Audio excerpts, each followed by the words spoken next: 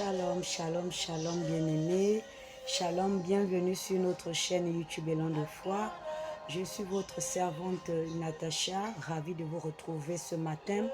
Alors ce matin, toi qui me suis, je voudrais commencer avant de pouvoir partager une parole avec toi. Je voudrais bénir Dieu pour ta vie, toi qui me regardes. Je voudrais te dire que si Dieu t'a permis de rentrer en cette année 2026, c'est parce que Dieu a un plan merveilleux pour toi, mon frère, ma soeur, toi qui me regardes. C'est parce que Dieu a un plan que tu n'as même pas pu penser ou imaginer pour toi cette année. Alors toi qui me regardes, toi qui passes par des temps difficiles, toi qui te poses des questions, toi qui passes les nuits à faire couler des larmes, parce que tu te poses la question de savoir, est-ce que je suis venu sur cette terre pour accompagner les autres, ou est-ce que je suis venu sur cette terre parce que Dieu a un plan également pour moi? Pourquoi ceux qui m'entourent, je les vois prospérer, je les vois pleinement rentrer dans leur destinée, et moi j'ai l'impression de faire du surplace. Alors mon frère, ma soeur, ce matin, j'aimerais te dire que Dieu est avec toi. J'aimerais te dire que Dieu ne t'a pas oublié. J'aimerais te dire que Dieu a un plan puissant que ni les hommes, ni toi-même ne pourras changer. Alors ce matin, j'aimerais te dire, mon frère, ma soeur, fortifie-toi et prends courage. Attache-toi davantage à ton Créateur. Écoute bien, aucun homme, aucune femme sur cette terre, peu importe sa dimension, peu importe son niveau, ne pourra changer le plan de Dieu pour toi. Tu n'es pas né pour vivre les désolations. Tu n'es pas né pour vivre le rejet. Le rejet n'est que le signe qui montre que tu es né pour des grandes choses. Une destinée sans combat n'est pas une destinée que les hommes peuvent s'arrêter et regarder. Parce qu'il faut d'abord passer par des épreuves. Il faut d'abord avoir un témoignage qui parle.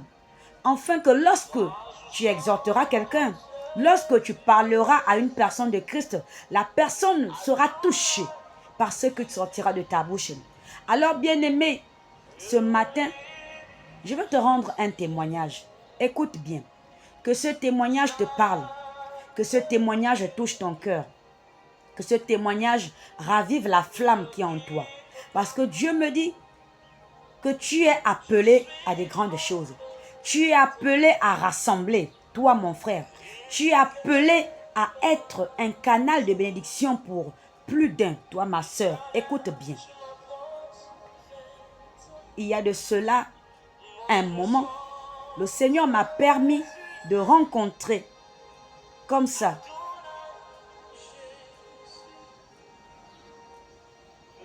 il y a un moment, le Seigneur m'a permis par sa grâce de rencontrer une dame. Ce n'est pas la première personne que Dieu me permet sans que je ne connaisse, sans que je n'ai déjà eu à croiser cette personne, de recevoir un message de la part de l'Éternel pour cette personne. Alors, un jour, le Seigneur m'a permis d'amener ma nièce faire des examens à l'hôpital, précisément au SAMU social de notre pays, le Gabon. Pourquoi je rends ce témoignage? Je voudrais parler à une âme ce matin. C'est vrai que je parle beaucoup de la part de Dieu et je témoigne peu. Je témoigne peu de ce que Dieu fait dans la vie des gens au travers de moi parce que je ne suis qu'un canal. Je suis comme toi, mais Dieu a mis une grâce particulière dans ma vie qui fait qu'il y a des personnes qui me rencontrent, que Dieu change pleinement leur vie positivement. Il y a des personnes que Dieu me permet de rencontrer, il libère des paroles sur leur vie. Il y a des personnes à qui Dieu met sur mon chemin, que Dieu m'oriente. Je les donne des orientations, ils appliquent. Nous prions, nous faisons des programmes de prière et ils voient la main de Dieu dans leur vie. Ce n'est pas moi, c'est Dieu qui le fait. Car je suis fait de chair et de sang comme toi, mais j'ai donné totalement ma vie à Dieu et je passe mon temps dans des prières, des jeûnes, des supplications, nuit et jour, pour les âmes que Dieu a mis à mes côtés. C'est une mission qui n'est pas facile. Parce que, humainement parlant, je n'avais pas fait le choix d'être cet instrument. Parce que je trouvais cela lourd. Je disais, Seigneur, je veux juste œuvrer dans le secret. Je n'ai même pas envie qu'un jour je sois exposée afin de parler aux gens que je n'ai pas la capacité de pouvoir connaître. Mais Dieu, il connaît des personnes même que tu ne connais pas, mon frère, ma soeur. Toi à qui Dieu a fait cette grâce d'avoir ce don. Que Dieu t'utilise encore davantage afin de parler dans la vie de plusieurs. Et que plusieurs au travers de toi rentrent pleinement dans leur destinée. Que tu sois un instrument de bénédiction pour plus d'un. Alors je vais continuer le témoignage. Je vais dans cette structure sanitaire avec ma nièce pour qu'elle aille faire des examens. Parce que bien avant ça, le Seigneur avait permis que je puisse prier pour ma nièce. On avait diagnostiqué que cette dernière avait une infection, que ses poumons étaient touchés. Que ses poumons étaient touchés. On avait diagnostiqué que ses poumons étaient touchés. Et à la veille, nous avons prié ensemble, j'ai prié pour elle, j'ai imposé les mains à ma nièce, j'ai pris autorité. Et c'est ainsi que je lui ai dit que tu vas retourner faire des examens, on ne trouvera plus rien dans tes poumons. Et alors, après prier avec elle, le lendemain, pendant qu'elle était allée faire sa toilette, elle était allée se laver, c'est comme ça qu'elle a commencé à vomir une substance obscure, c'était noir. Ça sortait d'elle, c'était tellement noir, elle a vomi. Elle m'a appelé, je suis allée regarder. Je lui ai dit que de la même manière, tu as vomi cela. Sache que lorsque tu vas retourner à l'hôpital, on ne verra plus rien. Alors nous sommes allés à l'hôpital.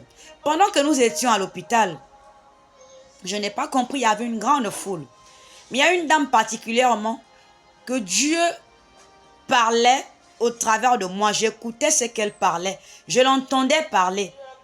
C'est l'un des dons qui m'a beaucoup fait peur. Parce que j'ai dit à Dieu, comment me permets-tu d'entendre ce qu'une personne peut parler au fond d'elle? Comment me permets-tu de ressentir ce que la personne vit? C'est l'un des dons que Dieu a beaucoup utilisé dans ma vie pour bénir beaucoup de personnes.